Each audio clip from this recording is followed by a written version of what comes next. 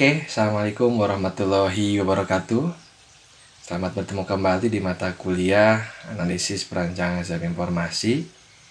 Kali ini kita akan masuk ke sesi yang ke-6.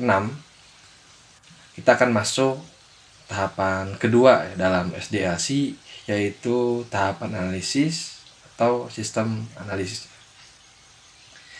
Nah, seperti yang sudah dijelaskan sebelumnya, bahwa dalam SDLC yang akan kita pelajari, kita punya 4 tahapan. Itu tahapan planning, tahapan analisis, kemudian tahapan desain, dan tahapan implementasi. Nah, di pertemuan sebelumnya kita sudah bahas yaitu tahapan planning, yang mana waktu belajar bagian planning tersebut, kita merencanakan terkait masalah apa yang akan kita hadapi dan selesaikan, kemudian anggarannya berapa, kemudian sasaran apa yang akan dicapai, struktur timnya siapa aja, kemudian berapa lama waktunya, termasuk analisis kelayakannya gitu kan. Nah, itu semua dilakukan pada fase planning, yang nantinya itu akan dibuatkan suatu produk disebut dengan sistem proposal ya. Artinya suatu proposal dari satu sistem informasi yang akan dibangun. Oke. Nah, kemudian bagaimana seandainya proposal tersebut itu sudah dikatakanlah ya di ACC atau disetujui ya, bahwa disetujui oleh apakah itu oleh owner atau oleh istilah top level management yang akan mendanai ya. Jadi suatu proyek sistem informasi itu akan bisa dilanjutkan, dilaksanakan ya tahapannya itu kalau sudah ada komitmen untuk mendanai kegiatan. Nah, kita kesampingkan bahwa diasumsikan bahwa tahapan planning itu proposal itu sudah di ACC disetujui. Nah, selanjutnya apa yang akan kita lakukan sebagai tim development sistem ya, atau tim dari pembangun sistem. Nah, kita akan masuk fase yang kedua ya. Jadi setelah di ACC, di planning, ya udah kita masuk ke fase analisis. Nah, di fase analisis ini ada banyak kegiatan ya. Nah, yang salah satunya itu yang di sesi ini akan dibahas, yaitu recruitment gathering method atau teknik mengumpulkan kebutuhan. Jadi dalam kegiatan analisis ini kita akan mempelajari ya, kita akan mengetahui bagaimana sistem yang berjalan dan nanti bagaimana kemungkinan sistem yang baru ya. Nah, tentunya di sini produk dari sistem analisis di sini itu ya, yaitu analisis sistem di sini itu adalah suatu yang namanya bisnis proses model ya. Nah, maka dari itu untuk kita mengetahui sistem yang berjalan seperti apa, kemudian yang nanti yang mau dibangun seperti apa, nah, kebutuhannya seperti apa. Nah, kita akan melakukan dulu kegiatan namanya recruitment gathering method atau metode untuk mengumpulkan kebutuhan, atau sering juga disebut teknik pengumpulan kebutuhan. Karena apa? Karena kembali ke definisi bahwa suksesnya pengembangan sistem itu adalah ketika nanti sistem yang dibangun di akhir yang sudah dibuat itu adalah memenuhi kebutuhan dari pengguna atau user. Nah, bagaimana caranya kita untuk tahu kebutuhan itu seperti apa dari user, dari yang akan menggunakan sistem nantinya? Tentunya kita harus mengetahui ya apa saja kebutuhan-kebutuhannya. Makanya ada teknik-teknik di sini. Ya, nah teknik-teknik yang akan kita bahas di sini ada kurang lebih 5 teknik. Nah, beberapa di antaranya pasti Bapak Ibu, teman-teman di sini mungkin sudah mempelajari di mata kuliah lain. Karena ada irisannya ya, misalkan. Jadi kalau Bapak Ibu belajar metode penelitian, ada disebut dengan teknik pengumpulan data ya. Jadi bagaimana kita mendapatkan data? Nah, di sini ya itu kurang lebih hampir mirip ya, hampir sama, tapi istilah data di situ adalah kebutuhan. Ya, data untuk kebutuhan-kebutuhan sistem yang akan kita bangun nantinya. Nah, di sini ada kurang lebih 5 ya teknik. Kita lihat ya, beberapa pasti sudah familiar ya. Pertama adalah dokumen review atau analisis ya. Kedua adalah interview, ketiga observation, keempat kuesioner, dan kelima adalah joint application design. Nah, mungkin beberapa di sini Bapak Ibu pernah mendengar istilah bagaimana kita mendapatkan data dari dokumen-dokumen yang dikumpulkan. Jadi dokumen review namanya, atau wawancara interview, ataupun observasi melihat proses ya secara langsung oleh kita ya, jadiannya seperti apa, atau kuesioner kita menyebar angket, atau ini mungkin yang paling baru adalah joint application design. Oke, kita lihat ya satu persatu. Nah, pertama adalah dokumen analisis. Nah, di sini ya penjabarannya bahwa dokumen analisis di sini itu kita akan mendapatkan kebutuhan, mendapatkan data, informasi itu dari dokumen-dokumen yang digunakan dari sistem yang tentunya ada yang berjalan. Nah, di sini disebutnya adalah provide clues about the formal existing as a system. Jadi, bagaimana kita mengetahui sistem yang berjalan? Salah satunya itu adalah dengan mempelajari dokumen-dokumen yang digunakan. Nah, dokumen itu bentuknya apa saja? Pertama, ada form sini ya, atau formulir, ada report atau laporan, atau ada SOP, ya, standar operation procedure, atau ada policy manual atau kebijakan. Nah, itu ya. Nah, saya beri contoh misal gini. Bapak Ibu terlibat dalam proyek pembangunan suatu sistem informasi perpustakaan. Ya, kita akan membangun suatu informasi perpustakaan misalkan berbasis web. Nah, ketika melakukan proses dokumen analisis berarti Bapak Ibu di sini nanti ya meminta dokumen, bisa mendatangi ke sana atau via telepon atau via email ya. Itu metodenya langsung atau tidak langsung itu silahkan tergantung kebutuhan ya. Tapi paling tidak kita minta dokumen ke sana terkait sistem perpustakaan. Nah, karena pasti di sistem yang berjalan ada ya dokumen-dokumen yang digunakan, apalagi kalau sistemnya betul-betul masih manual. Paling tidak ya, ketika misalkan dalam sistem perpustakaan itu ada pendaftaran anggota, ada peminjaman buku, ada pengambilan buku. Nah, pasti di antara ke proses-proses tersebut itu ada dokumen. Misal, apakah ada formulir pendaftaran anggota? Ya, pada saat ada anggota yang mau pinjam itu harus tercatat dulu sebagai anggota, harus ngisi dulu formulir. Nah, kita minta formulirnya. Bapak Ibu minta formulirnya, kemudian pelajari formulir tersebut itu didapatkannya kapan, berapa rangka, isinya apa saja dan sebagainya gitu kan. Supaya kita tahu dari sana itu. Nah, kan nanti dokumen yang manual tersebut nanti kita akan gantikan dengan form secara dalam aplikasi kan. Jadi kalau kemarin mengisinya ditulis, nanti kan kita input. Nah, apa yang di input itu harus kita tahu dulu berdasarkan dari apa yang kita isi di dokumen yang di sistem yang berjalan. Jadi formulir-formulir di sini kita minta mengumpulkan contohnya gitu.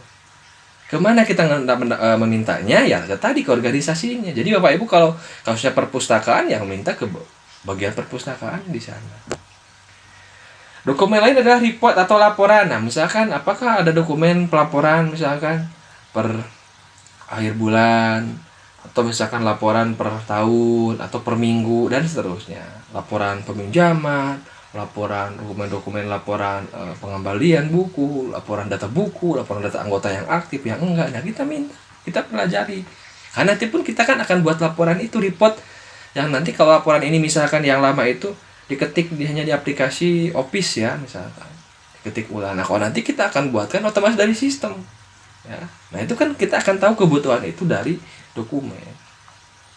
Ataupun ada SOP ya. Nah, ingat ya bahwa analisis di sini itu kita akan mengetahui bisnis proses atau prosedur.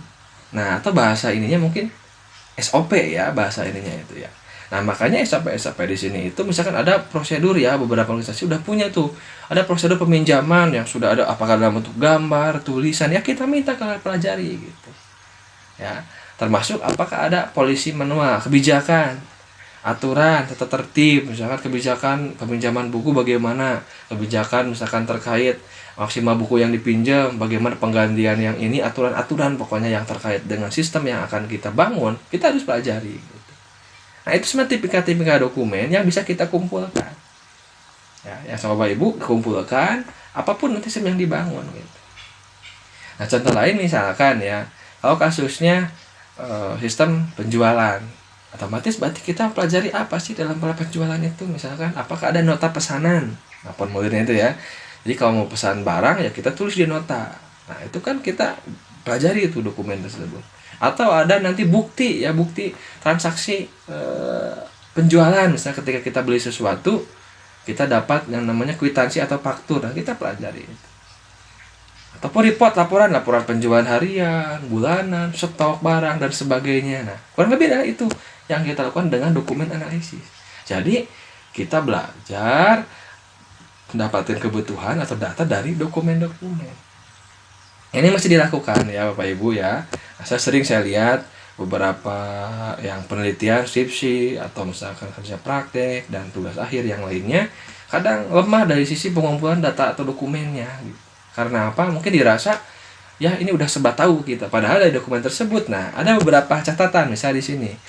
Look for user addition to form. Jadi melihat ya apa yang istilahnya itu yang diisi ya, ditambahkan ke form itu apa sih, ada yang kurang kah? Apakah ada apa yang tidak diisi dan sebagainya gitu kan? Istilahnya kita lihat form tersebut itu seperti apa gitu.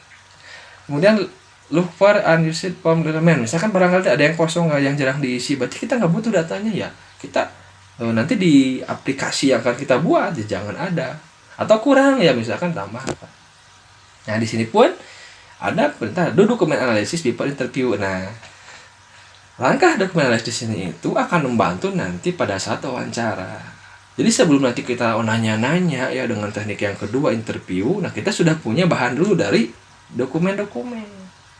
Nah, ini memang yang cukup disarankan seperti itu. Jadi ketika sebelum nanti teknik lain, lakukan ini dulu sehingga nanti kita akan nanya itu, kita akan hanya memastikan dengan dasar ada dokumen dulu yang udah kita baca gitu. Jadi jangan menanyakan yang sudah ada di dokumen ya, kecuali untuk konfirmasi atau klarifikasi itu baru gitu ya. Jadi istilahnya di sini dilakukan dulu dokumen analisis. Jadi kesimpulannya, nah si dokumen di sini itu adalah kita meminta dokumen, baik yang butuh dokumen itu yang langsung atau tidak langsung ya, fisiknya atau kopinya dan sebagainya, kita pelajari data-data di dalamnya, kebutuhan-kebutuhannya untuk nanti kebutuhan nanti akan kita bangun. Nah, itu adalah teknik yang pertama. Oke, nah kedua adalah nama interview, wawancara. Nah, sudah paham ya. Nah, kalau masalah definisi saya kira sudah bisa dicari ya, tapi di sini penekanannya di sini adalah, saya contoh di sini. Most commonly used teknik. Nah, berarti teknik yang sering digunakan ya, atau teknik-teknik yang paling baik digunakan. Ya. Artinya bahwa selain mengumpulkan dokumen, nah kita lanjut nanti misalkan kita kan ada beberapa yang mungkin kurang jelas atau perlu penjabaran lebih detail. Nah, kita lakukan namanya wawancara atau interview. Nah, sifatnya ini very natural. Jadi if you need to know something, you ask someone. Jadi kita kalau mau ingin tahu sesuatu ya tanya gitu kan. Itu ada dokumen, masih ada kurang jelas ya tanya. Nah, hanya di sini ada beberapa tahapan yang sangat basic, sangat mendasar ya, tapi perlu di perhatikan gitu kan. Nah, di sini pertama adalah selecting interviewee. Nah, kalau kita wawancara kan ada yang wawancara dan ada yang diwawancarai ya. Nah, misalkan kita yang mewawancarai, nah nanti kita mewawancarai siapa kan gitu. Nah, kita harus milih gitu. Nah, milih di sini itu nggak sembarang misalkan semua itu kita wawancarai, tapi kita pilih narasumber yang betul-betul mengetahui dari apa yang akan kita bangun. Misalkan di sana ada sistem. Misal tadi dalam kasus perpustakaan, kalau kita mau mewawancarai, nah siapa yang akan bisa kita wawancarai yang pertama yang sangat mendasar, itu adalah siapa yang mengelola perpustakaan. Nah, itu kan namanya pustakawan. Nah, kita wajib tuh wawancara dengan pustakawan. Karena pasti dia akan tahu kesehariannya sistem yang berjalannya seperti apa. Dan pun nanti sistem yang barunya itu mau seperti apa. Nah, itu. Jadi yang pertama itu adalah memilih interviewee. Misalnya pustakawan. Nah, untuk hal lain misalkan apakah cukup satu orang? Nah, bisa boleh kalau banyak orang 2-3 orang. Atau ada bagian lain misalkan bagian kepala perpustakaannya perlu diwawancarai ya. Kalau kita masih butuh beberapa hal terkait misalkan pelaporan atau reporting atau yang hal lain kebijakan, boleh nanya kepala perpustakaannya. atau mungkin boleh staf pengadaan bukunya. Nah intinya kita pilih yang relevan, tapi ya jangan misalkan gini, di perpustakaan itu ada satpam security ya, petugas yang menjaga. Nah kita nanya-nanya ke sana misalkan yang terkait istilahnya hal yang betul-betul teknis perpustakaan, nanyanya ke satpam atau security. Nah itu kan nggak pas ya, maka di sini harus kita pilih gitu. Pun demikian dalam kasus yang lain ya, jadi penting memilih siapa yang akan kita wawancarai. Yang kedua adalah, nah siapkan juga adalah pertanyaan-pertanyaannya. Ya, jadi kalau mau wawancara itu siapin dulu apa yang mau ditanyakan, poin-poin yang ditanyakan. Nah salah satu penunjangnya adalah dokumen yang ada di analisis. Kita punya dokumen, ini kita ada ini, kita ini pinta penjelasan ini. Jadi didesain dulu pertanyaannya, siapkan. Jangan istilahnya wawancara itu istilahnya tiba-tiba kita datang ke perpustakaan terus langsung saya mau wawancara. Wartanya itu nanti kesana kemari gitu. Misalnya harus dilakukan desain ya. Kemudian persiapan ya, persiapan artinya janjian dulu ya. Janjian dulu apa yang mau kita wawancara tersebut, misalkan pertemuan pustakawan ini mau kapan, hari apa, jam berapa. Kemudian dengan kepala sekolah juga, misalkan kepala perpustakaan juga, hari apa, jam berapa, apakah pihak BIPON, apakah di suatu tempat di perpustakaannya atau di mana. Nah, itu mesti disiapkan. Conducting, nah di sini mulai melaksanaannya ya, interviewnya. Terakhir adalah follow up-nya. Artinya hasil interview itu kan misalkan nanti kan di bukti wawancara itu kan bisa hasil jawabannya ditulis sama kita, atau kan mungkin direkam atau di video. Nah itu kan nanti kita hasilnya itu kita buat narasi hasil wawancara tanggal berapa, notulennya lah kalau dalam rapat itu. Jadi hasilnya itu nanti kita di post interview seperti apa ya, apakah sudah hal yang belum kita tahu tadi ya, nah itu sudah tahu belum. Nah kalau belum mungkin wawancara yang kedua, ketiga. Nah itu kan bisa beberapa kali ya, tidak sekali wawancara langsung selesai. Nah intinya itu teknik kedua, yaitu wawancara itu kita menghubungi narasumber atau orang-orang yang sangat layak kita wawancarai untuk mengetahui apa saja yang sistem yang berjalan, apa saja nanti sistem yang dibangun itu mau seperti apa. Di bedanya kelihatan ya. Dokumen analisis kita belajar dari dokumen, kita baca dokumen ya, benda mati kan dokumen itu. Tapi kalau interview kita nanya-nanya, ya tanya jawab itu. Oke, nah selanjutnya ketiga adalah observasi, ya, itu ya. Nah itu observasi. Nah ini teknik yang ketiga. Kalau observasi itu ya di sini itu kita datang objek, kemudian kita melihat prosesnya secara langsung, itu ya. Nah di sini mengapa itu terjadi? Karena gini, user atau pengguna atau manajer atau siapapun itu ya, orang-orang yang di situ tersebut itu biasanya itu jarang mengingat apa yang mereka lakukan. Jadi kadang gini, pas kita lihat dokumen prosedurnya seperti ini, pas wawancara seperti ini, misalkan bisa beda jawabannya, kok bisa ya? Pas baca dokumen seperti ini proses peminjaman itu, tapi pada saat wawancara dia kok beda, misalkan lupa atau beda. Nah kita lihat aja yang aslinya gimana sih gitu. Nah supaya kita tahu yang aslinya apa ya, Bapak Ibu datang ke perpustakaan terus lihat kalau memang ada terjadi proses peminjaman seperti apa alurnya, betul apakah yang sesuai dengan dokumen ataukah sesuai wawancara ataukah memang observasi yang aslinya. Jadi fungsinya itu adalah memvalidasi informasi ya, pengembangan data informasi itu dengan cara yang lain gitu. Ya takutnya apa, misalnya ya tadi di dokumen ini seperti ini aturannya atau ininya ya pelaksanaannya, di wawancara seperti ini jawabannya, ternyata wah nggak sinkron nih ya misalkan dua petugas, kata petugas A yang satu seperti ini, yang misalkan gini ya, ada proses pendaftaran anggota itu kan daftar ya, misalkan di dokumen itu dinyatakan bahwa hasil analisis dokumen itu setiap anggota yang pinjam itu harus terdaftar sebagai anggota. Nah, dia itu harus punya isian formulir anggota. Nah, masalahnya adalah siapa yang mengisi? Ya, siapa yang mengisi form anggota itu gitu kan ya? Apakah anggotanya itu sendiri, calonnya itu apakah oleh petugas ngisikan gitu? Apakah diisi oleh calon anggota ataukah diisi oleh misalkan petugas? Kan itu dua proses yang berbeda ya. Satu diisi oleh calon anggota, misalkan yang kedua adalah diisi oleh petugas. Misal pada saat wawancara nanya ke petugas A, dia jawab, oh iya itu diisi oleh anggota, kita catat. Tapi pada saat wawancara ke petugas yang lain, misalkan ada beberapa tugas perpustakaan ya, dia jawab, oh enggak, itu diisi oleh petugas. Nah kan beda tuh ya, siapa yang ngisi? Apakah anggota atau diisi oleh petugas? Nah itu kan kondisi yang berbeda ya. Satu diisi oleh petugas, satu diisi oleh anggota. Nah, yang mana yang benar kan nanti akan berpengaruh terhadap penggambaran pemodelan bisnis prosesnya. Nanti kan digambarkan misalkan dalam flow map ya misalkan. Kan berbeda yang ngisi petugas atau ngisi anggota digambar itu nanti. Nah, makanya ya udahlah kita lakukan teknik yang lain yaitu dengan observasi. Kita lihat langsung. Nah, datang ke perpustakaan ya kita melihat proses awal yang pinjam tuh. Ya. Misalkan, itu siapa yang melakukannya? Ternyata pada saat mengisi, oh ternyata petugas, oh ternyata anggota. Nah itu hasil observasi. Ya, jadi sekali lagi observasi di sini itu bisa menjadi untuk cara lain untuk mendapatkan data gitu kan. Seperti itu ya.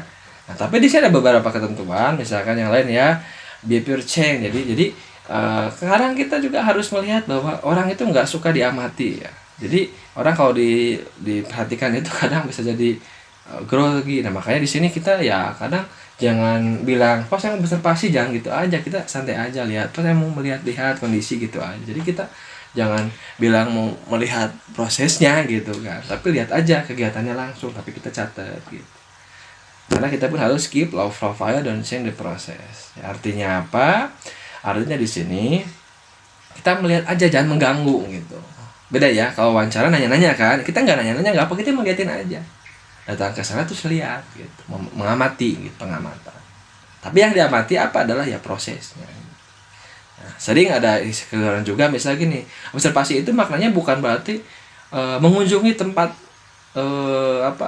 penelitian atau mengunjungi tempat organisasi yang akan dibangun sistemnya. Nah kalau istilah mengunjungi itu ya wawancara juga bisa mengunjungi kan ke sana. Kemudian pas wawancara Anda mengunjungi definisinya ke sana kan, terus nanya-nanya. Kemudian pada membuat dokumen juga mengunjungi ke sana. Jadi bukan maknanya mengunjungi objeknya, tapi mengamati prosesnya. Proses apa? Proses sistem yang mau kita bangun gitu. Nah, kalau kasih perpustakaan berarti mengamati proses di perpustakaan. Bagaimana pada saat ada yang mendaftar, bagaimana proses pada saat ada yang meminjam, ada yang mengembalikan.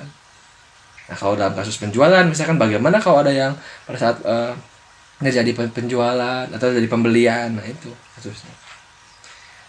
Dan yang harus diperhatikan di sini Bapak Ibu yaitu adalah careful not to ignore periodic activity. Jadi hati-hati dan harus kita aware ya, ada yang namanya aktivitas yang sifatnya itu periodik, artinya tergantung waktu. Apakah itu mingguan, bulanan atau tahunan. Misal begini. Kalau Bapak Ibu kasusnya membangun sistem perpustakaan, nah bisa jadi memang pada saat Bapak Ibu mau melihat proses peminjaman, ke sana datang ke perpus. Nah kan ada tuh yang sedang meminjam ya, kita tinggal lihat, tinggal amati, kita catat, selesai, ya gitu kan. Atau mungkin besoknya ada, nggak ada ya, besoknya lagi datang, oh ada baru. Nah, tapi hati-hati misalnya gini, contoh misalkan ya, Bapak Ibu kasusnya itu sistem informasi penerimaan mahasiswa baru atau penerimaan siswa baru ya, apakah Bapak Ibu itu mungkin melakukan observasi misalkan kalau penelitiannya itu misalkan di bulan sekarang ya, sekarang bulan Januari ya, Bapak Ibu datang ke sekolah mau lihat proses penerimaan siswa baru.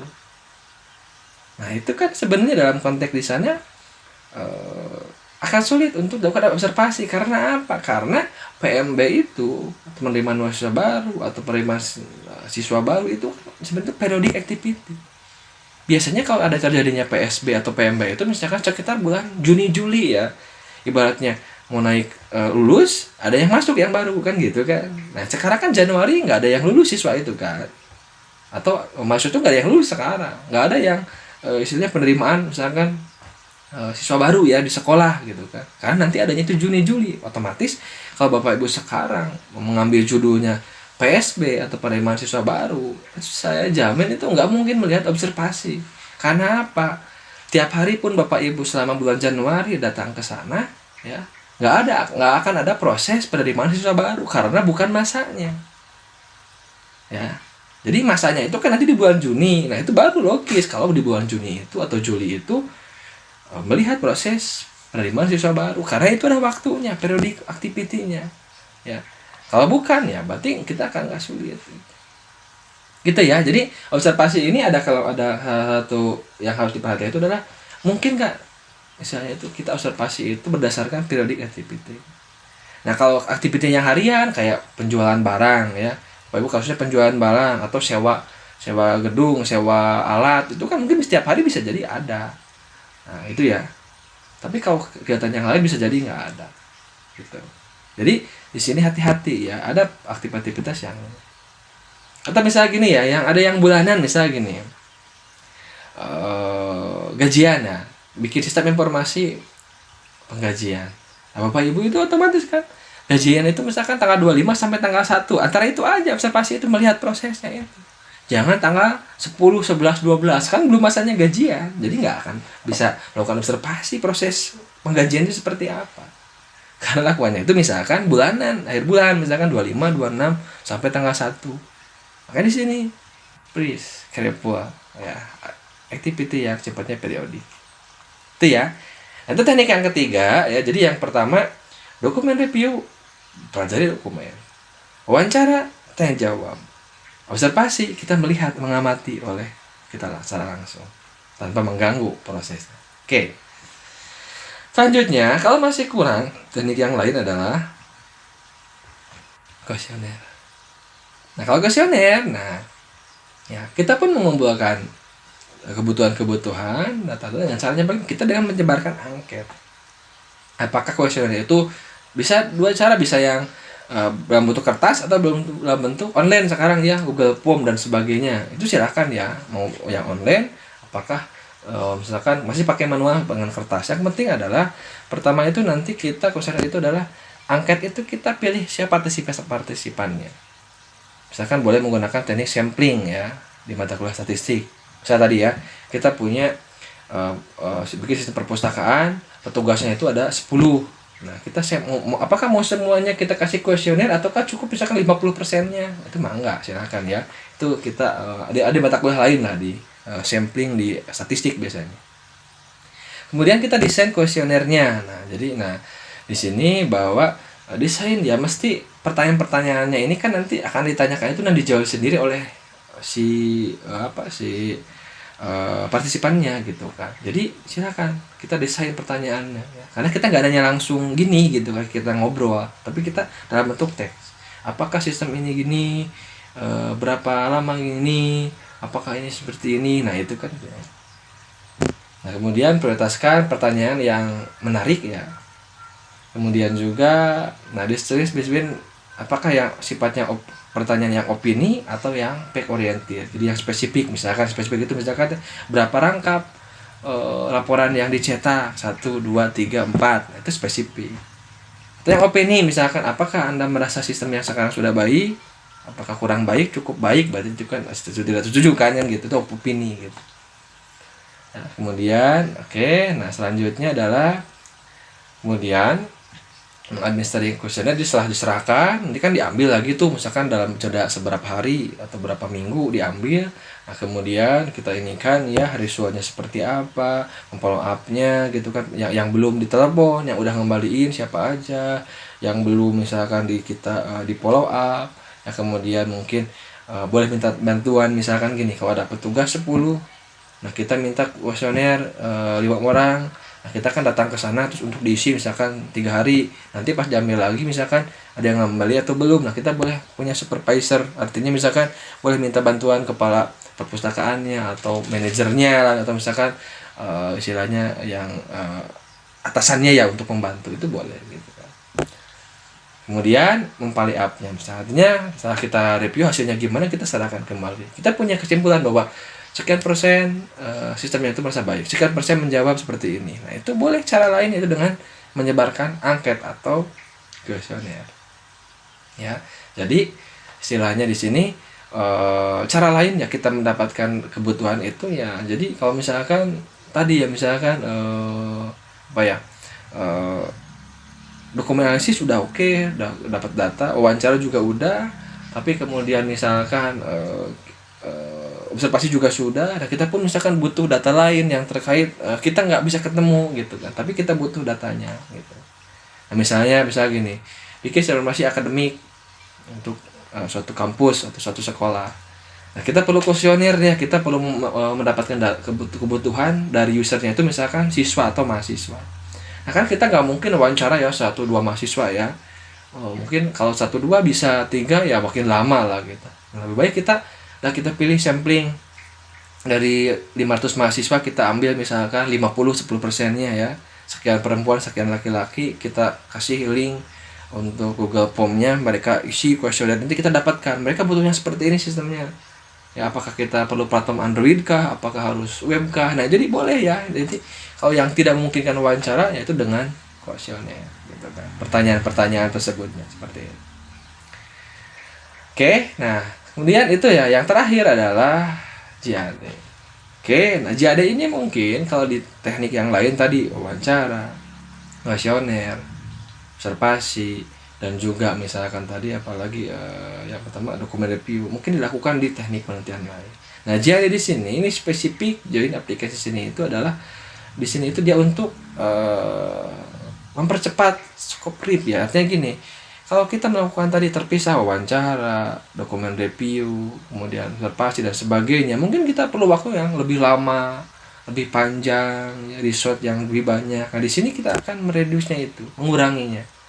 Nah, kenapa bisa dikurangi? Karena nanti ini mengharuskan project manager, user, developer itu barang-barang berkumpul gitu. Nah, kalau tadi kan sekarang interview, besoknya misalkan interview lagi, besoknya misalkan kita ada dokumen, besoknya kuesioner misalkan perlu waktu. Nah, ini dipertemukan dalam satu tempat yang berbarengan. Ya. Artinya apa di sini? Nah, di sini ini untuk mencegah ya ada requirement yang terlalu kecil atau terlalu meluas gitu. Jadi harus sesuai dengan kebutuhan.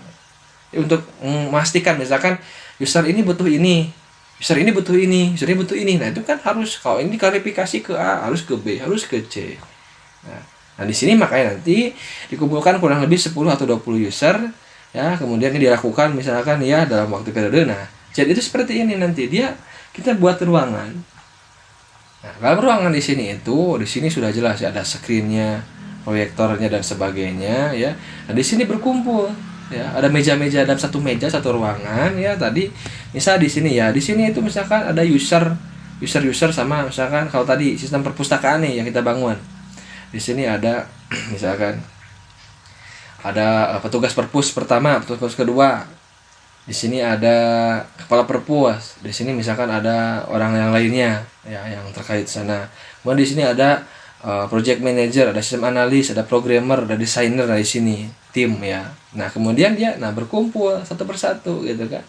Ya, dalam semuanya itu dalam satu ruangan. Sehingga nanti di sini kita buka dokumen apa aja, tunjukkan gitu. Ya kalau kayak di akreditasi atau audit gitu ya, yang bareng-bareng ya gitu kan. Jadi ada dokumen apa, tanya langsung, dapat jawaban langsung. Nah, kita lihat kan di sini langsung. Kalau perlu ditampilkan di sini. Jadi di sini kayak mengkombinasikan analisis dokumen.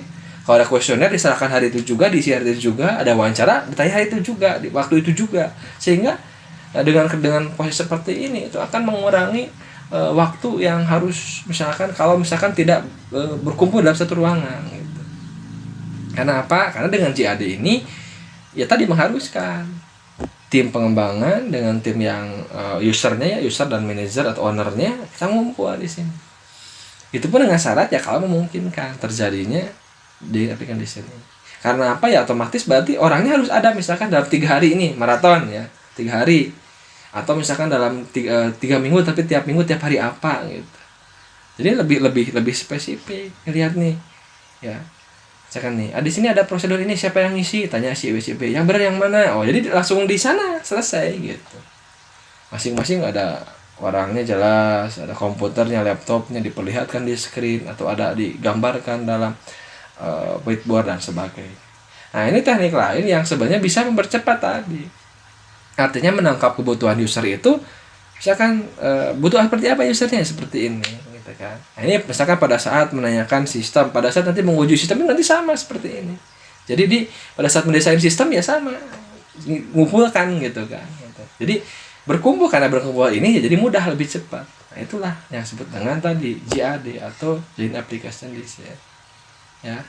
Ini akan mengurangi karena ya harus mengumpulkan. Nah, jadi kelebihannya itu kita bisa mempercepat mendapatkan kebutuhan atau data. Tapi tantangannya itu adalah apa? Harus bisa memastikan orang-orang tersebut itu bisa berkumpul. Kalau masing-masing pada sibuk ya susah. Harus ada komitmen intinya. Ya, dari user, dari yang dari sistem yang akan dibangun, misalkan para stakeholder terkaitnya. Nah, jadi ada itu, ini kurang lebih ada 5 teknik yang bisa digunakan ya, yaitu tadi terkait apa? Yaitu tadi dokumen analisis, observasi, wawancara, JAD dan kuesioner. Nah, jadi teknik ini yang bisa digunakan ketika nanti kita mengembangkan suatu sistem informasi. Nah, misalkan muncul pertanyaan, bagaimana kita memilih teknik? Ya. Nah, ini memang dikembalikan ke apa ya? Kembali ke kebutuhan sih. Mungkin di kasus ini perlu ini, kasus ini perlu ini, tapi memang yang sering digunakan dan sering itu adalah memang yang disarankan itu adalah JAD ya, jelas. Kalau dalam konteks manusia itu JAD. Paling tidak adalah interview ya, interview dan juga adalah dokumen. Jadi dokumen kita tahu ya, interview tahu, misalkan JAD, interview, dokumen, observasi pun silakan ya, kuesioner juga. Oke, karena masing-masing dia punya elemen kelebihan. Itu ya. Itu ya, misalkan gini ya. Misalkan tipe informasinya, kalau misalkan dokumen itu adalah sistem yang berjalan kan. Misalkan gini, kalau kita pengen tahu sistem yang berjalan, proses peminjaman buku, ya tinggal lihat dasar dokumen, itu ASIS. Ya. Observasi juga yang saat ini kan, karena kita bisa melihat sistem yang saat ini, observasi itu yang diusulkan kan belum. Tapi kalau kita mau mengetahui sebenarnya mau ada perubahan nggak sistemnya, prosesnya, atau mau seperti apa yang barunya, itu kita bisa nanya dengan interview, dengan JAD atau kuesioner, itu baru. Bedanya itu ya, jadi bisa menanyakan yang berjalan dengan yang diimprove-nya gitu. Ya. Kalau dokumen analisis hanya bisa mengetahui yang berjalan saja. Gitu ya. Sama yang lainnya deep ya, kedalamannya. Nah, kalau kedalamannya itu dokumen analisis berarti ya yang ada aja, yang seadanya di dokumen itu aja. Ya. Itu kan, observasi juga yang dilihat aja. Tapi kalau interview kita bisa nanya lebih dalam lagi, butuhnya apa, ini seperti apa dan sebagainya gitu kan. Kuesioner juga bisa, tapi medium. Tapi kalau dengan interview ini high, karena apa? Kita nanya langsung tuh gitu. Ya, kita bertanya langsung. Kalau ini kan ya kita seadanya di komen, seadanya yang kita lihat, ini pun seadanya yang dijawab. Kalau ini kita bisa nanya lagi gitu, ada kurang nanya ini kurang detail, tanya lagi kurang dalam. Nah, makanya deep, lebih dalam. Gitu ya. Jadi kemudian, nah di sini sama yang lain ya, misalkan ya, nah, cost. Nah, kalau dari sisi cost berarti dokumen ini low. Kenapa? Karena kita minta dokumen ya selesai. Kuesioner juga mungkin ya kita kasih, apalagi yang online ya, ngisi ya. Observasi ini tergantung ya, karena kenapa ada low? Kalau sekali ke sana langsung dapat lihat prosesnya selesai. Tapi kalau misalkan pas ke sana datang, oh nggak ada prosesnya, balik lagi, besok lagi lihat, oh balik lagi, itu kan berarti masih lebih lama kan. Nah, kalau yang interview jelas medium, nah ya, karena apa? Karena ini. Nah, kalau JAD, nah ini low medium itu dari sisi gini, kalau dari sisi mengumpulkan orang jelas, dari sisi waktu sih misalkan ya cost untuk ini bisa tergantung ya. Kalau orang sedikit ya berarti bisa low, tapi kalau banyak ya medium juga. Karena apa? Karena dia harus dikumpulkan, ya harus berbarengan, harus ada yang lain-lainnya gitu. Usernya di sini ada medium, high ya, artinya keterlibatannya ya kalau interview medium karena ada interaksi ya. JAD interaksinya banyak gitu. Kuesioner, dokumen dan yang lainnya itu bahkan low. Nah, oke, itu paling Bapak Ibu. Jadi teknik-teknik di sini itu kita bisa pilih ya tergantung dari tadi itu ya. Dari sisi apa ya? Teknik yang pas itu sebenarnya mungkin apa ya? Kalau dia bisa JAD ya JAD. Kalau enggak ya minimal kombinasi antara interview dengan dokumen analisis dengan yang lainnya ya. Karena misalnya nanti integration of information ya tadi ya, ini low karena mungkin nanya ke si A jawabannya beda, nanya ke si B beda lagi, ke si C beda lagi gitu kan. Atau dokumen A ini kita mungkin ini benar nggak sih, harus diklarifikasi. Pun dengan kuesioner, sebagian jawab A, sebagian jawab B, sebagian C. Observasi juga bisa sama. Tapi kalau JAD, nah kita bisa ketika ada yang nggak cocok antara si A dan di si A B, kita konfrontir langsung. Si A jawab A, si A jawab B, tanya, jadi yang benar yang mana? Gitu, nah itu.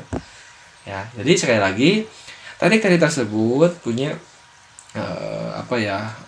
konsekuensi ya. Saya di sini apakah dari kedalamannya, dari jenis informasinya, dari biayanya, dari luas atau tidaknya, dari integrasinya, dan juga dari keterlibatan usernya. Tapi paling tidak pilihlah yang paling akan cocok digunakan oleh Bapak Ibu semua sebagai tim pengembangan. Pilih yang paling memungkinkan. Itu saja ya untuk terkait teknik ini. Ya, sehingga dari kesimpulannya ya, jadi kesimpulannya, oke, jadi dalam teknik pengumpulan kebutuhan ya untuk di Pasanes itu, setelah kita planning selesai, kita akan menganalisis. Apa aja teknik untuk menganalisis itu nanti ada teknik di minggu depan. Tapi supaya belum kita menggambar teknik tersebut, kita harus mengumpulkan dulu kebutuhannya. Tadi caranya ada berapa? Ada 5. Dokumen review, minta dokumen, pelajari oleh kita, dapatkan kebutuhan dari sana. Wawancara, kita janjian bertemu ya dengan interviewee, kemudian wawancara tatap muka atau secara by phone atau daring dan sebagainya, video call ya. Nah, kita dapatkan hasil dengan tanya jawab secara langsung. Observasi, itu kita mendatangani objeknya, kemudian lihat proses dari sistem yang akan kita bangun. Kuesioner, kita buatkan angket, siapkan pertanyaan-pertanyaan dari angket tersebut, kita sebarkan ya ke partisipannya, respondennya, nanti kita ambil, kita dapatkan database. Atau yang kelima terakhir adalah JAD. Kita kumpulkan user, manager, owner dengan programmer, analis, project manager, semua dalam tim, dalam satu ruangan, dalam beberapa waktu. Kemudian kita lakukan di sana pengumpulan kebutuhan secara langsung. Itu perbedaan dari kelimanya. Oke, itu aja paling Bapak Ibu. Sekian untuk untuk materi ini. Saya Heri. Assalamualaikum warahmatullahi wabarakatuh.